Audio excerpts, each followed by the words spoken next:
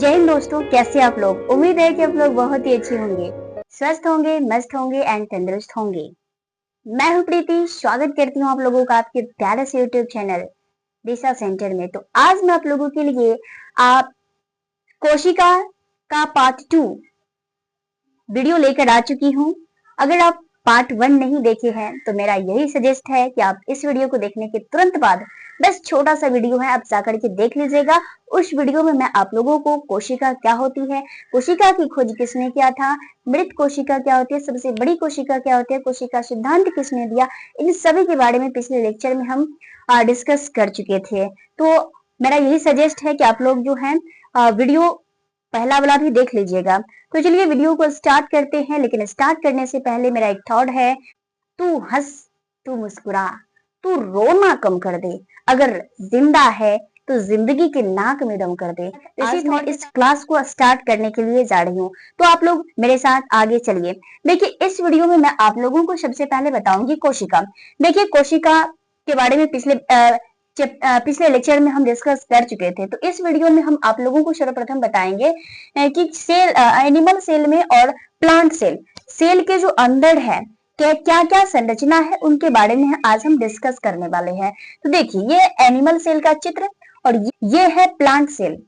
ये है animal cell यानी कि जंतु कोशिका और ये है प्लांट सेल यानी कि पादप कोशिका। देखिए, जंतु कोशिका में जो होता है तारक काय, ये वाली संरचना तारक काय का होती है और ये वाली संरचना, दोनों में ये संरचना दिख रही है, इस दोनों को जो है अंतःप्रदर्भी जालिका कहते हैं। क्या कहते हैं? ये वाली संरचना जो है इसे अंतःप्रदर्भी जालिका कहते हैं, जो कि दोनों में देखने को मिल रहे हैं।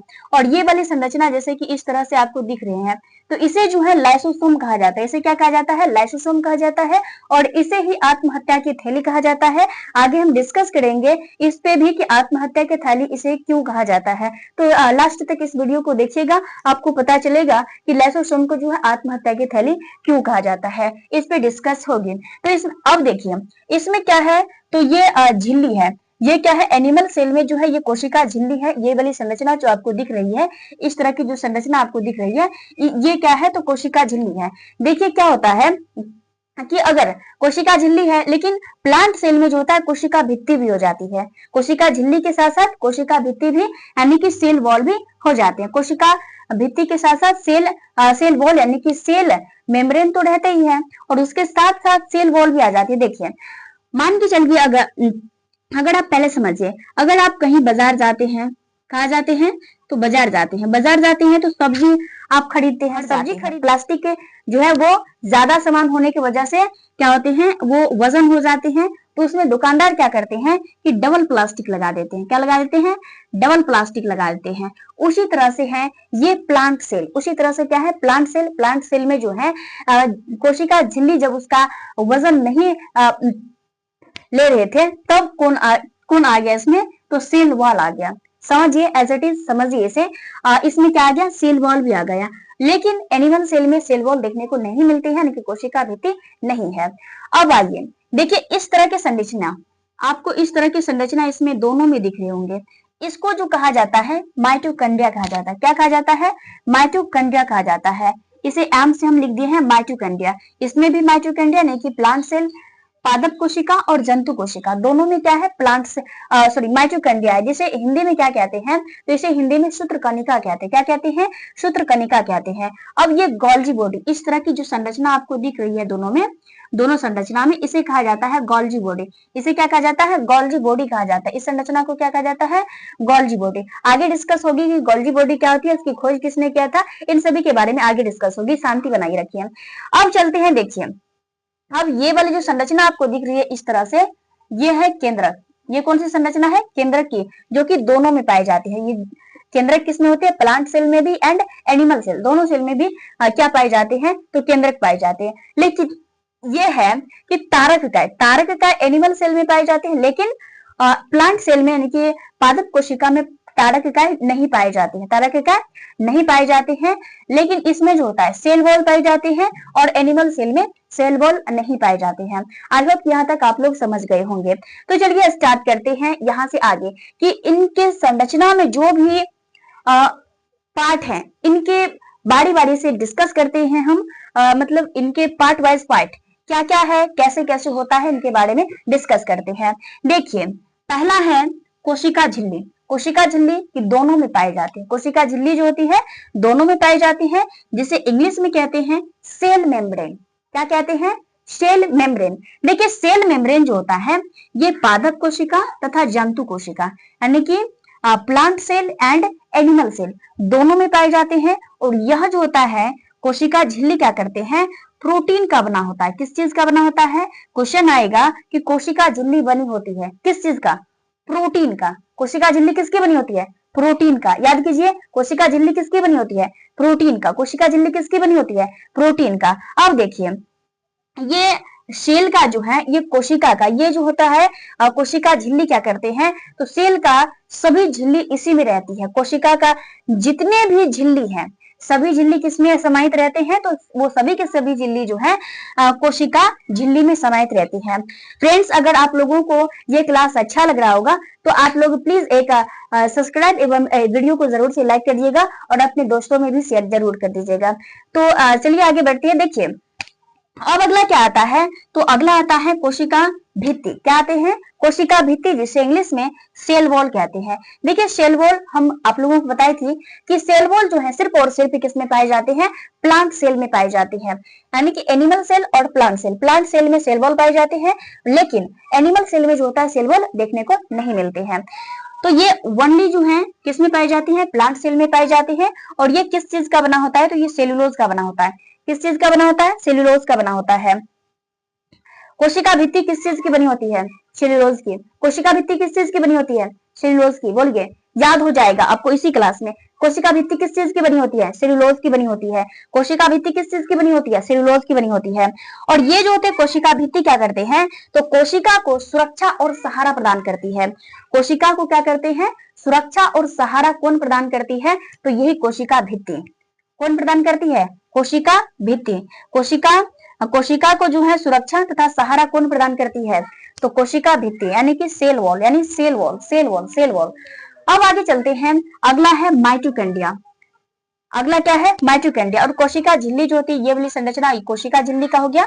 और ये कोशिका भित्ति बाहर से जो ये इस तरह की जो आपको संरचना दिख रही है, ये कौन सा संरचना है? ये जो है कोशिका भित्ति की संरचना है।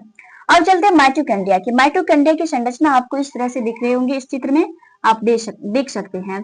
देखिए, इस तरह की जो संरचना है इसमें, ये किसकी है? तो माइटोकॉन्ड्रिया की है। और ये माइटोकॉन्ड्रिया जो होती है इसे हिंदी में सूत्रकणिका कहते हैं।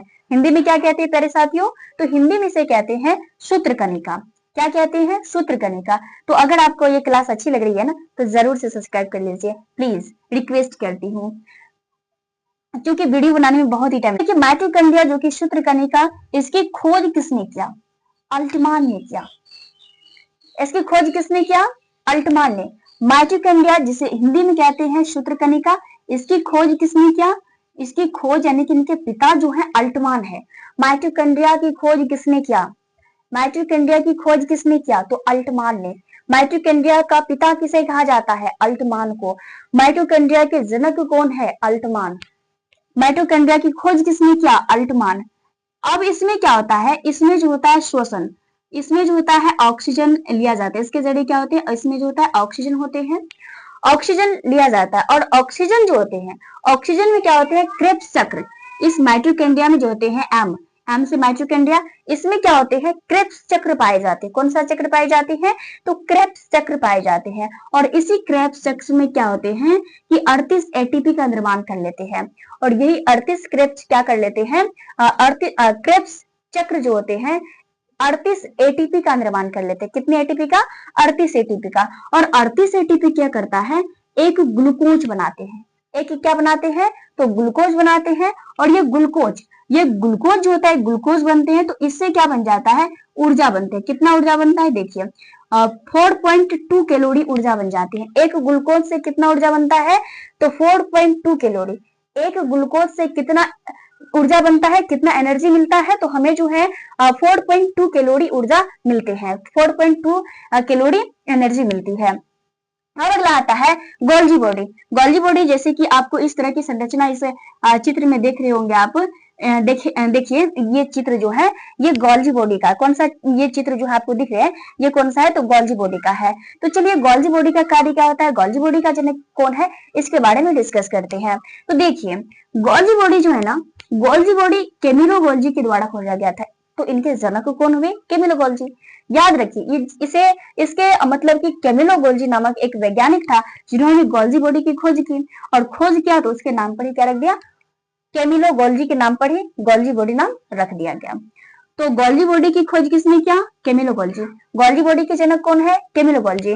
गोल्जी बॉडी के पिता किसे कहा जाता है, कैमिलो गोल्जी को, कैमिलो गोल्जी को, कैमिलो गोल्जी को। अब आते हैं, यह पूरे शरीर में जो होता है ऊर्जा को बैलेंस करते रहता है।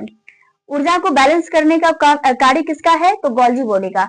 ऊर्जा को बैलेंस करने का कार्य किसका है, तो गोल्जी बॉडी का। गोल्जी बॉडी अगर मान के चलिए कि हमारे शरीर में जो है ऊर्जा अगर डाउन हो जाते हैं, ऊर्जा डाउन हो जाते हैं तो क्या कौन बैलेंस करता है, तो यही गोल्जी बॉडी जो होती है, गोल्जी बॉडी क्या करते हैं, ऊर्जा को बैलेंस करते हैं, सीक्वेंस में रखते हैं, उसे डिसबैलेंस होने से बचाने का कार्य करते हैं। कौन करते हैं, तो गोल्जी बॉडी। कौन करते हैं, गोल्जी बॉडी। मतलब क्या करते हैं, कोशिका को अरेंज करती रहती है। हमारे शरीर में एनर्जी जो बनती है उसे एक जगह से दूसरे जगह भेजने का कार्य भी करती है। कौन, तो गोल्जी बॉडी। कौन करती है, गोल्जी बॉडी। अगर कहीं पे क्या होता है कि कोशिका की या खून की या रक्त की या ऑक्सीजन की कमी हो जाती है तो उसे कौन भेजते हैं, तो यही गोल्जी भेजते रहते हैं एनर्जी को। अब अगला चलते हैं, रसधानी जो कि वैक्यूम्स, इसे इंग्लिश में कहते हैं वैक्यूम्स। रसधानी जो कि इसी में होती है, और ये वैक्यूम्स जो होती है रसधानी, यह जो होता है जल का संग्रहण करता है। मतलब जल को क्या करते हैं, स्टोर। स्टोर मतलब होता है जमा करके रखता है। तो जल को स्टोर कौन करता है, तो जल को जो स्टोर करता है हमारे शरीर में वो रसधानी करता है। कौन करता है भाई, रसधानी करता है। प्लीज इस चैनल को सब्सक्राइब जरूर कर लीजिएगा। हमें पता है कि आप लोग नहीं करते हैं, लेकिन बहुत दुख होती है, तो आप लोग सब्सक्राइब कर दिया कीजिए। तो रसधानी, रसधानी जो होता है वो कैम्स, इसे वोक्यूम्स कहते हैं, वोक्यूम्स। रसधानी, रसधानी मतलब होता है वोक्यूम्स। ये जो होता है जल का संग्रहण, यानी कि जल को स्टोर करके जमा करके कौन रखता है, तो रसधानी रखते हैं। अब चलते हैं तारक काय पे। देखिए इसमें जो है एनिमल सेल में क्या होता है, चित्र पे आइए, चित्र में क्या है, ये एनिमल सेल और ये है प्लांट सेल। देखिए एनिमल सेल में जो होता है तारक काय पाए जाते हैं, लेकिन सेल में जो होता है तारक काय देखने को नहीं मिलते हैं। आई होप यहाँ तक आप लोग समझ गए होंगे। तो देखिए तारक काय जो होती है, इसकी खोज किसने किया, बेबोडी ने किया। किसने किया, बेबोडी ने। तारक काय की खोज किसने किया, बेबोडी। तारक काय की खोज किसने किया, बेबोडी। तारक काय की खोज किसने किया, बेबोडी। अब चलिए आगे बढ़ते हैं। कोशिका का विभाजन जो है इसमें जो होता है तारक काय में क्या होता है, कोशिका का विभाजन देखने को मिलता है। क्या होता है कि अगर एक कोशिका मृत हो जाती है तो वहां पे क्या होती है, दूसरी कोशिका पुनः स्थान को कवर कर लेते हैं। तो यही हुआ कि कोशिका का पुनः क्या हो जाता है, विभाजन हो जाता है। मतलब एक कोशिका मर जाती है तो वहां पे दूसरी कोशिका आकर के एडजस्ट हो जाती है।